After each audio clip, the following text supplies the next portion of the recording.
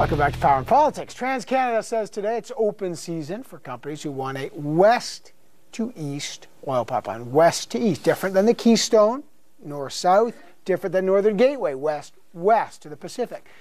TransCanada, the company, will begin taking binding bids for the proposed new route later this month. And the Energy East pipeline could move as much as 850,000 barrels of crude per day to destinations like Montreal and St. John, where, of course, there's a refinery. The federal government supports the plan, but will this project really bring Canada closer to some kind of not necessarily energy independence, but maybe more so? What's the cost of it? Joining me now to talk about all this is the Natural Resources Minister, Joe Oliver. Good to talk to you. The case for the TransCanada East-West pipeline is being made as crews in Arkansas are cleaning up thousands of barrels of crude oil from ExxonMobil pipeline spill. Does that make the pipeline sell a lot more difficult? Well, wait a minute. We've got two issues here. Right. Let's first talk, if we can, for just a moment about the west-east pipeline. I mean, we're very encouraged by this development because it suggests there's an economic case for doing it. And the advantages are, it will create jobs, economic activity in Quebec and in Atlantic Canada. It would result in Western oil going to the refineries in Quebec City and Montreal and possibly St. John, the biggest refinery in the country, the Irving refinery. It'll come in at lower prices than foreign crude is coming in. It'll create jobs there, and it may result in lower costs at the pump. So this is good news. Also, it will enhance energy independence. You know, we've had this curious situation where we've got all this oil in the West, and yet we've been transporting oil from the Middle East by tanker through the St. Lawrence. There have been economic reasons for that, and now the economics are changing, and this is a good news story. You know, the NDP will say, wow, Joe Oliver agrees with us. Thomas Mulcair was on the record over a year ago saying we'd like a west-east pipeline. He jumped on the bandwagon, and of course we're happy to make this. You jumped on the bandwagon. No, I talked about this quite a bit before he did, but that's not the point. Look, we're delighted. We're delighted if there's bipartisan support for this. I will say, however, some of his policies go against the development of pipelines. I mean, he's talking about now it's up to over $50 billion in taxes, taxes on companies, taxes on carbon. He's talked about a Dutch disease. He's gone down to the United States to. Well, he's talked about polluter. To be fair, he says polluter pay, and frankly, your Prime Minister has talked about polluter pay is absolutely integral to the approach. Okay, so you and I both know, you've been on this program a lot, the case for pipelines is controversial, and we'll get to it in a minute. Right now, the Arkansas spill is big news. People are watching it very closely. You had the Suncor pipe spill near Fort McMurray last week. Do these make the sale of pipelines and the sale for moving the oil sands much more difficult to you? What's the impact of this when you see these spills? I don't think they do, because let's sort of analyze what happened.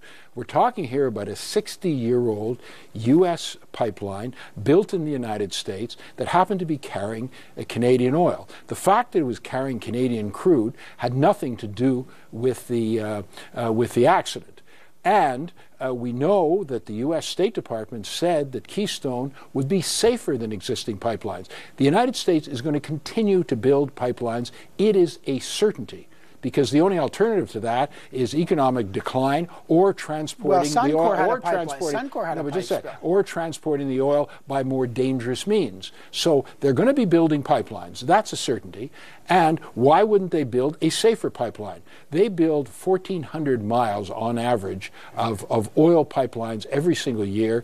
The Keystone unapproved portion. It's a trust issue. When Suncor's got a spill and ExxonMobil's got a spill, the public says, wait a second, everyone can assure us, as these companies have done, they're safe, and then who bears the cost? Well, we know who bears the cost. The companies bear the cost. But the people on the land say, the people whose the streams run through, they bear the cost. It's very regrettable when it happens, even though oil is transported safely 99.99945% of the time. But in the United States, there's 6 billion barrels of oil being transported. So regrettably, there have been some accidents in Canada We've done a lot to increase pipeline safety. We've increased the number of inspections by 50%. We've doubled the number of audits, and we've imposed financial penalties for companies. All right. Tad Homer-Dixon, well-known author, well-known academic, on this program later. He's a professor at the Balsillie School of International Affairs.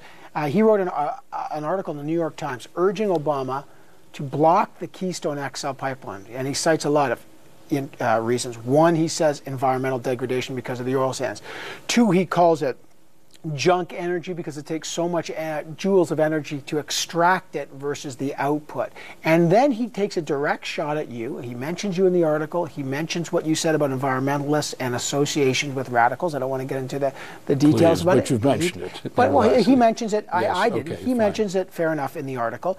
And he says that well, here's what he says to you about how the dialogue over the oil sands has taken place. I'd simply suggest to the minister that one shouldn't question the patriotism of those who are critical of the oil sands industry, that those environmental groups who do not support, for instance, the export of oil sands products those folks are deeply patriotic, and they are acting in what they regard as the best interest of the country. And I think we need to open up this debate. So he says you got to open up the debate. He basically says that it's too polarizing. Anyone who criticizes the oil sands and this is deemed unpatriotic. What's your Well, I never said that. Okay, so he's creating a straw man to try to vilify me. I never said that people are unpatriotic. It never came out of my mouth, ever.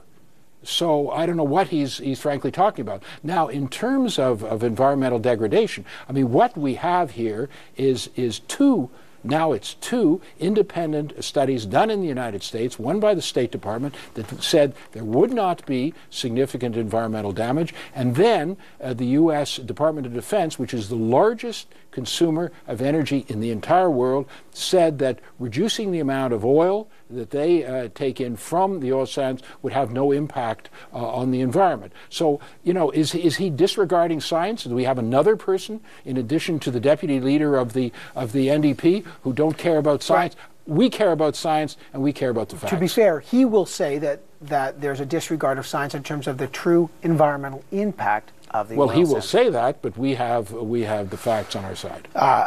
To be fair, the environmental impact of the pipeline is different than the environmental impact that he's saying of the oil sands development. I'm talking about the oil sands, right, okay. And you can't stand it when I say the oil sands represent 1/1000th of global emissions, but they do, and that's the answer to people like Hansen and like him who talk about the degradation caused by the oil sands. On a relative basis, it's not significant, but that doesn't mean we shouldn't do more, and we are doing more. Okay, so speaking of doing more, the Pembina Institute put out a report today saying the oil and gas sector needs to lower greenhouse gas emissions, they say, by 42% in order to meet Canada's overall reduction targets in 2020. Let me just show you their Director of Federal Policy, Claire Demers. Here's what she had to say. This is really make or break moment for that 2020 target. Right now, you know, we are nowhere near hitting it. There's a gap larger than the entire emissions from the electricity sector. That's a really significant gap to close. She basically says, and Pembina says, Alberta charges $15 a ton of carbon for their technology fund. She says it should be about $100 a ton by 2020. What do you make of that? Well, first of all, she says we're nowhere there. In fact, we're halfway there. And it's our intention to get there completely, to meet our target, which is a 17% reduction by 2020, which is the identical target to the United States.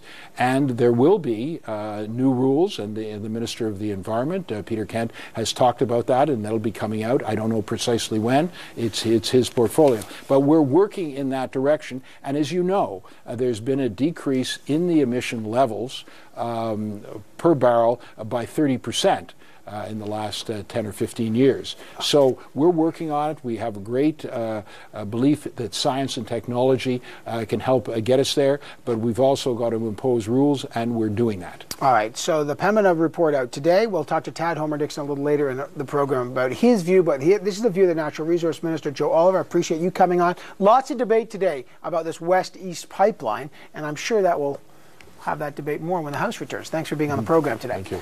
And as I say, a bit later, we'll bring on Tad Homer-Dixon to get his perspective on this. That Keystone debate is very interesting. Coming